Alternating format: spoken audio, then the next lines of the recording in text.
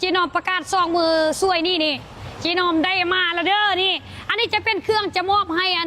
ทางกู้ภัยทางฝักไทยเพราะว่าตอนคอยอยู่ข้าเจ้าจมทุกมือว่าบ่มีเครื่องเปลี่ยนเพร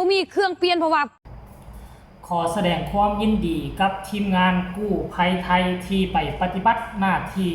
อยู่ถ้ำทางเมืองล่องแจ้งแขวงไส้สมบูรณ์หลายมือแล้วจมบ่มีเครื่องเปลี่ยนบ่มีเครื่องนุ่งเครื่องเปียกทุกมือล่าสุดนี่มีแม่ค้าอินฟลูเอนเซอร์คนลาวแม่ค้าออนไลน์เนาะได้กลับไปเวียงจันทน์แล้วไปโฮกห่วมเอาเครื่องนึ่งของถือไปซื้อเอามาเพื่อจะนำไปให้กู้ภัยไทยทั้งยิงและกระทรายได้มีเครื่องเปลี่ยนได้มีเครื่องนุ่งหลากหลายรูปแบบสบายดี FC แฟนคลับทุกทานมาพบมาพ่อกันช่วงสายบายนะท่านผู้ชมอากาศร้อนแห้งสุดๆเลยบ่คิดบ่ฝันว่ามันจะร้อนแห้งขนาดนี้ท่านผู้ชมเอ้ย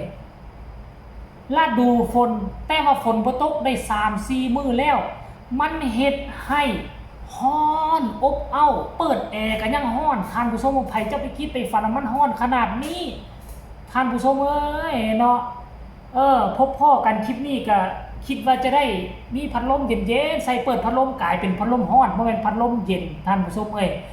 ก็พี่น้องลาวไทยก็คงจะบ่แตกต่างกันแต่ว่าอยู่ทั้งหน้าถ้ำค่อยเชื่อว่าคงจะห่มเย็นดี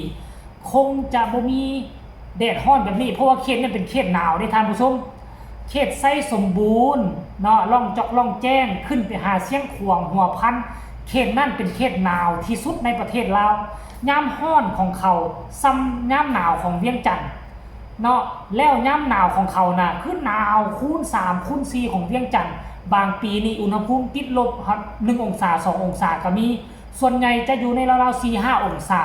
ปกติอยู่ทั้งเวียงจันทน์นี่หนาวสุดก็บ่เกิน18องศา17-18องศาเท่านั้นซึ่งมันแตกต่างจากกันหลายท่านผู้ชมเอ้ยเป็นห่วงเป็นใยร้อนหลายก็บ่ดีคนที่บุกทะลุเฮ็ดเวียกหนักมันจะมีโอกาสเป็นวินเป็นเวียนได้ท่านผู้ชมเนาะเหตุการณ์ครั้งนี้ก็คือเห็นหลายมือแล้วแหละทางกู้ภัยไทยเพิ่นกระจงกับว่ามาหลายมือแล้วบ่มีเครื่องนุ่งเครื่องเปียกได้นำใส่เครื่องหมุนเวียนกันไปในฐานะที่เป็นคนลาวเจ๊น้อมซึ่งเป็นอินฟลูเอนเซอร์เคยไปละ 2-3 รอบเนาะซื้อหั่นซื้อนี่ไปช่วยเหลือกันหลายครั้งแม้ครั้งนี้กลับมาก็คิดว่าจะเห็นเพิ่นได้พักได้พรเพิ่นบ่พักบ่พรได้เห็นพี่น้องกู้ภัยไทยลำบากเพิ่นก็อดเป็นห่วงบ่ได้กลับมาเวียงจันทน์เป็นล้อซื้อเครื่องซื้อของเพิ่นซื้อแน่มีหมู่เพื่อนเขาเจ้าช่วยเหลือเงินคำกำแก้วมาแน่ไปซื้อมาให้ประสานกันได้เครื่องกองนึงมีหมดทุกอย่างเลยตั้งแต่ส่งเสื้อกางกอกกางเกงก็ว่ากันไปมีครบสุดซึ่งเพิ่นได้ออกมาเฮ็ดคลิปสั้นๆในมื้อคืนนี้ก็คาดว่ามื้อนี้นี่แหละคาดว่ามื้อนี้คงจะเดินทางมุ่งหน้าไปที่เมืองล่องแจ้งท่านผู้ชมทั้งพี่น้องกู้ภัยไทยก็คงจะสะดวกสบายกู้ภัยไทยจะลำบากแน่จักหน่อยนึงเรื่อง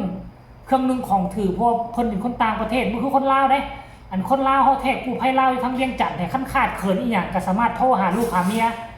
เอามาส่งใส่ให้รถกู้ภัยเวียงจันทน์ที่เที่ยวขึ้นเที่ยวลงนี่ตลอดได้เด้แล้วกู้ภัยไทยที่ส่งจังได๋เงินซ่านบ้านซ่อนก็อยู่ทั้งประเทศไทยเครื่องเอามามันก็ต้องมี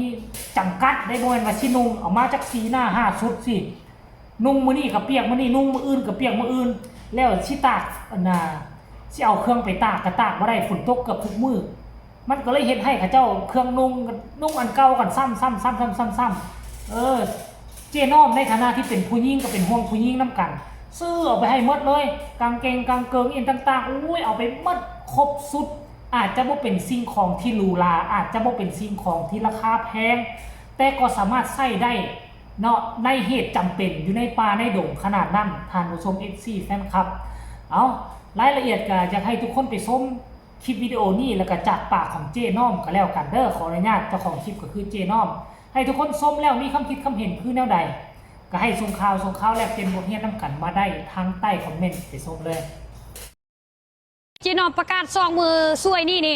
จีนอมได้มาแล้วเด้อนี่อันนี้จะเป็นเครื่องจะมอบให้ทางกู้ภัยทางฝักไทยเพราะว่าตอนคอยอยู่ข้าเจ้าจมทุกมือว่าบ่มีเครื่องเปลี่ยนเพราะว่าเครื่องข้าเจ้ามันเปื้อนข้าเจ้าต้องได้เปลี่ยนตลอดและผู้สาว ผู้สาวที่มานำทีมงานเขาเจ้าน่ะเจนอมก็ซื้อให้แล้ว นี่เป็นสลอกเป็นสลิปเป็นนาเสื้อแขนยาวแล้วก็ทรงเปลี่ยนได้เลยเป็นมีทรงกีฬาแบบนี้นี่บ่ได้เบิ่งแบบนี้คือของมือซองบ่แม่นมือซองได้เป็นมือหนึ่งได้ยังบ่ทันแกะป้ายได้นี่เห็นบ่นี่นะนี่แล้วก็เลือกตัวแพรดีที่สุดเลยเจนอมนะบ่ให้เสียหน้าอย่างเด็ดขาดเพราะว่าเพิ่นอุตส่าห์มาฮอดถึงสปปลาวแล้วนี่จะมีประมาณนี้แหละแล้วก็มืออื่นยังบ่หมดอีกได้มืออื่นก็ยังมีเครื่องอีกน่าจะตั้งเต็มรถนี่แหละไปนะแต่เครื่องตัวนี้นะทางทีมงานลาวแล้วก็ไทยนะได้ใส่อย่างแน่นอนตัวนี้เด้ออันนี้เป็นเครื่องที่เขาเจ้าจะเปลี่ยนจมทุกมือว่าบ่มีเครื่องเปลี่ยนบ่มีเครื่องเปลี่ยนนะ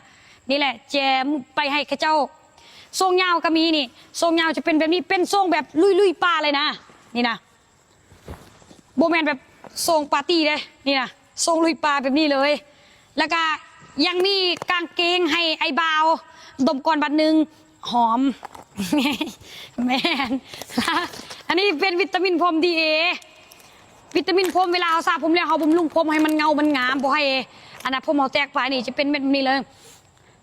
ใส่ดีแฮงเด้อตัวนี้เด้อหอมจีนอมก็ใส่ทุกมือเลยเนี่ยนะเวลาอาบน้ำแล้วก็ใส่ราคานะเพียงแต่หลัก10ซื้อบริฮอดแสนได้แม่นตัวนี้นะเอาลายนะแห้งรุดลายจีนอมประกาศ2 มือเห็นภาพดังกล่าวนี้แล้วก็รู้สึกดีอกดีใจความสามัคคีความห่วมไม้ห่วมมือพี่น้องลาวไทยเกิดขึ้นเป็นประวัติศาสตร์ตั้งแต่อดีตฮอดปัจจุบันนี่นะก็คือครั้งนี้เป็นครั้งประวัติศาสตร์แบบบ่เคยมีมาก่อนในสมัยอดีตว่าถามว่าอดีตมีการห่วมไม้ห่วมมือกันบ่แบบนี้มีแต่ว่าบ่หลายแม้กระทั่งตอนเขื่อนแตกอยู่ทั้งสนามไซเหตุการณ์ใหญ่กว่านี้ได้แต่การห่วมไม้ห่วมมือน่ะมันก็คือว่าบ่เห็นพ้นเด่นแบบ7 คนจิตติดถ้ำนะท่านผู้ชมก็ด้วยความว่าสมัยนั้นเนาะตอนเขื่อนแตกเทคโนโลยีข้อมูลข่าวสาร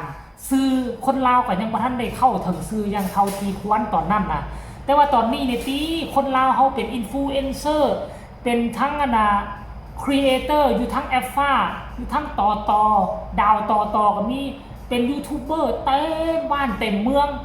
มันก็เลยเฮ็ดให้ข้อมูลข่าวสารถูกเผยแพร่ไปไวและเฮ็ดให้คนที่มีเงินมีคำคนที่มีจิตใจเอื้อเฟื้อเผื่อแผ่เข้ามาอุ้มสู้ช่วยเหลือเกิดเป็นการร่วมไม้ร่วมมือกันระหว่าง2 ประเทศแบบที่บ่เคยมีมาก่อนทั้งภาคประชาชนนี่แหละภาคกู้ภัยภาคประชาชนนี่แหละท่านผู้ชมถือว่าเป็นเรื่องดีและดีที่สุดขอนับถือทั้งลาวทั้งไทยร่วมแห้งร่วมใจจนว่าสามารถแบ่งกันออกว่าอันนี้เป็นลาวอันนี้เป็นไทยน่ะท่านผู้ชมว่าสามารถแบ่งว่าอันนี้ลาวอันนี้ไทยเขาเว้าคำจาก็คือกันแหละคือกันเกือบว่าอ้อยต้อยนั่นแหละท่านผู้ชมเอาสำหรับค่อยละทั้งเว้าทั้งยิ้มไปดีอกดีใจไป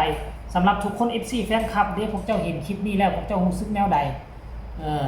รู้สึกสนุกสนานรู้สึกดีอกดีใจคือกันกับค่อยบ่เนาะต้องการสิ่งใดขอเพียงแต่ได้ยินมาออกจากปากกู้ภัยไทย